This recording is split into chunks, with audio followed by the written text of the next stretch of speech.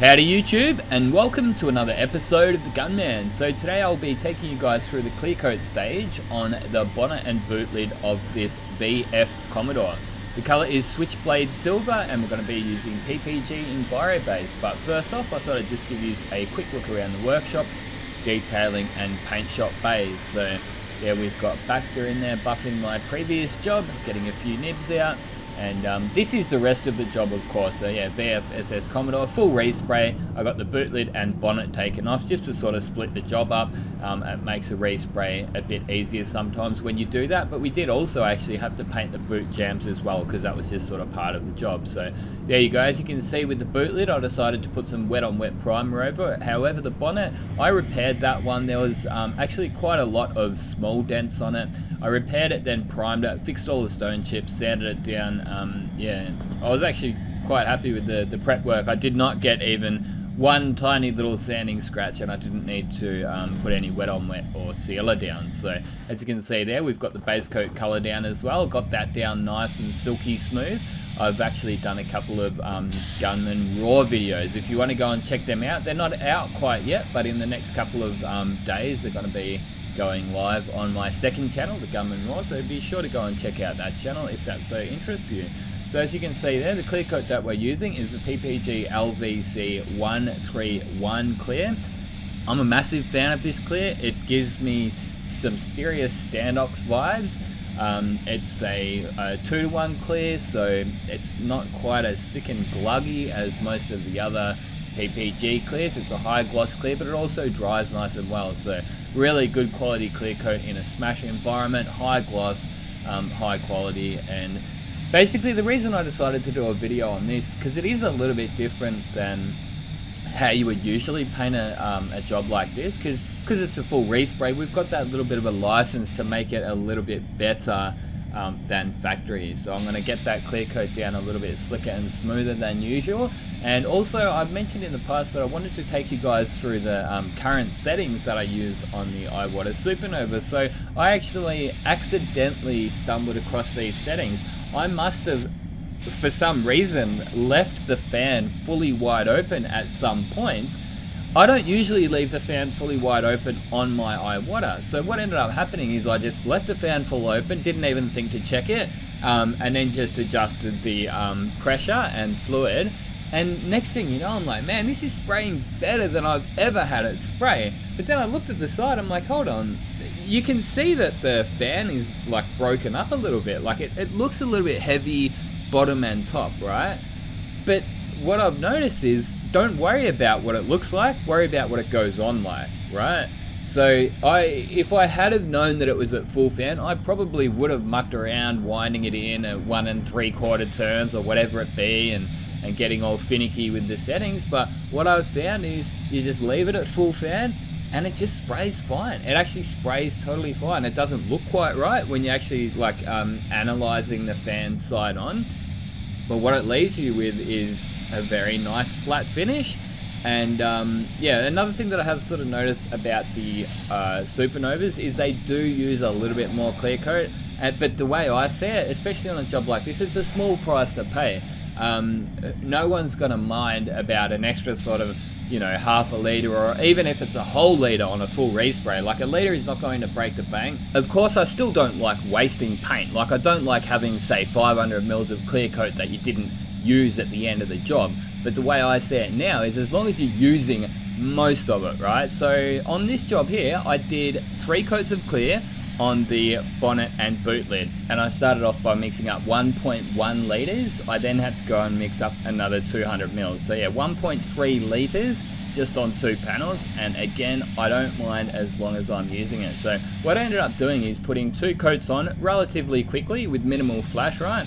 So the 131 clear coat does flash off nice and fast. Now, I even used the slow hardener in it, but even the slow hardener does dry nice and fast. So that's another point, is that I've noticed over the years, the slower the hardener and the slower the clear dries, generally you're going to get like a better gloss holdout and a better gloss retention. So you don't want to sort of rush your clear coats. Like I understand it that, you know, if you're working in a body shop environment, sometimes you just got to do what you got to do. If the car's going that day, you're not going to be using too slow of a hardener. But on a job like this, it's a full respray. I'm just always going to tell the detail, and even the remove and refit guys, I'm going to just say leave it overnight. Don't even touch it the same day. So another important thing is your bake times and your bake temperatures. And again, this is just something that I've had to find out by a bit of trial and error. Yes, errors. I've made errors, but you've got to learn the hard way sometimes. This is the way I always say it, is like when you get a new product, you want to push it to the limits and just above the limit, or go just beyond the limit and then pull it back to just on the limit. So that's what I like to do in sort of most aspects of it, right? So you might say, why did you put 3 coats on? So there's actually a few reasons why I did that. So because we're using waterborne paint here, what I've noticed over the years is that waterborne sort of, it pulls a bit of the life out of the clear coat, right?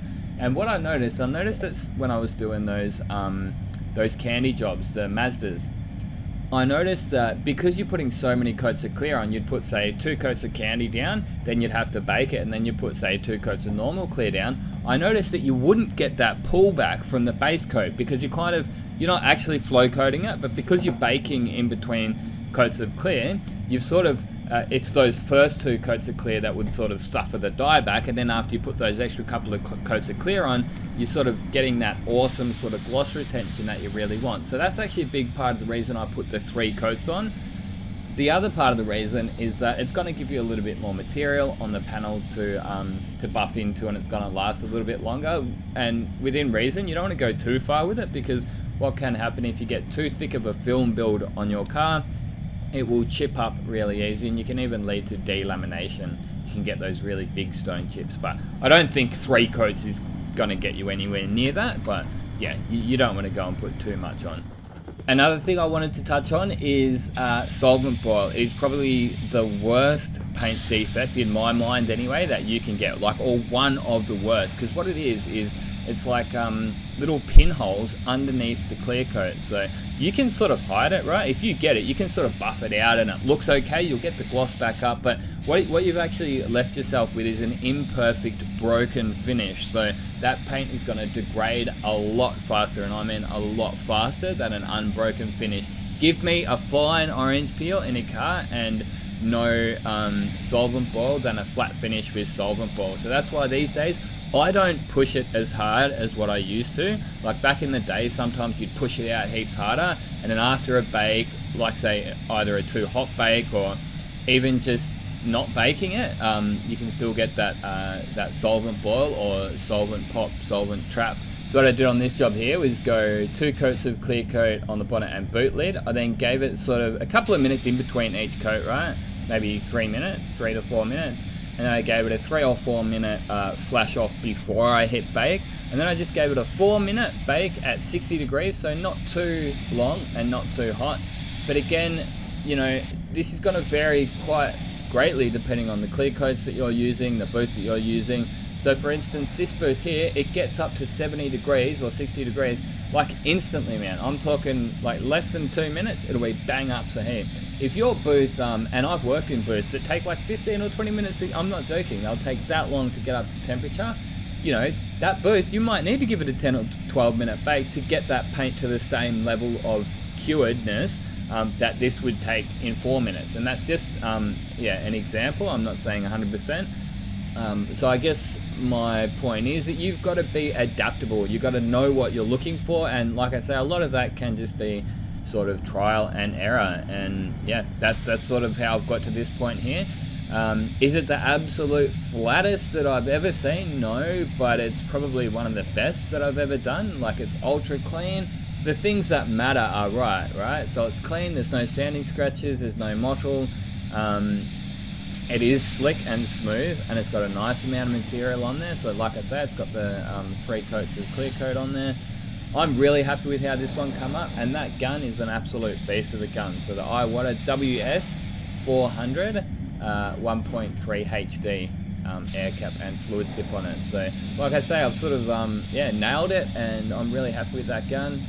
Some guns can get close, but I would still have to say that it's probably the best clear coat gun I've got.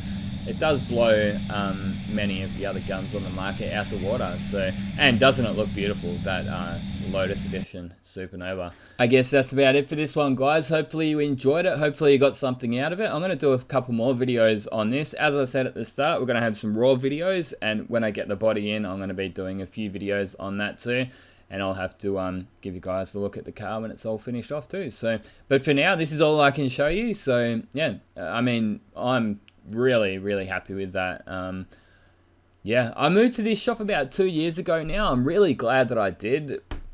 And I was only thinking about it a couple of days ago. I have, like, my skills have improved, like, not just a small amount. I don't know what to say. Like, I'm thinking about, it doesn't mean I was a bad painter. Like, I would never say I've been a bad painter, but I'm always learning. I'm always sort of trying different things, so to speak. And this is a good example of just perseverance and sticking at it and what you can get to. I'm really happy with the results. Let us know what you think down in the comments. Yeah, if you got anything out of it, be sure to give the video a big thumbs up. Go over and check out the Gunman merchandise, and if you want any of the spray guns that you see me use in my videos, be sure to go and check it out, spraygunsdirect.co.uk. But unfortunately, I want to have made these strange rules that you're not allowed to ship their guns internationally. So if you do want a Supernova, you're probably going to have to find one locally, unfortunately. Everything else, Spray Guns Direct will supply. Until next time, get out there and paint some shit. Gunman out.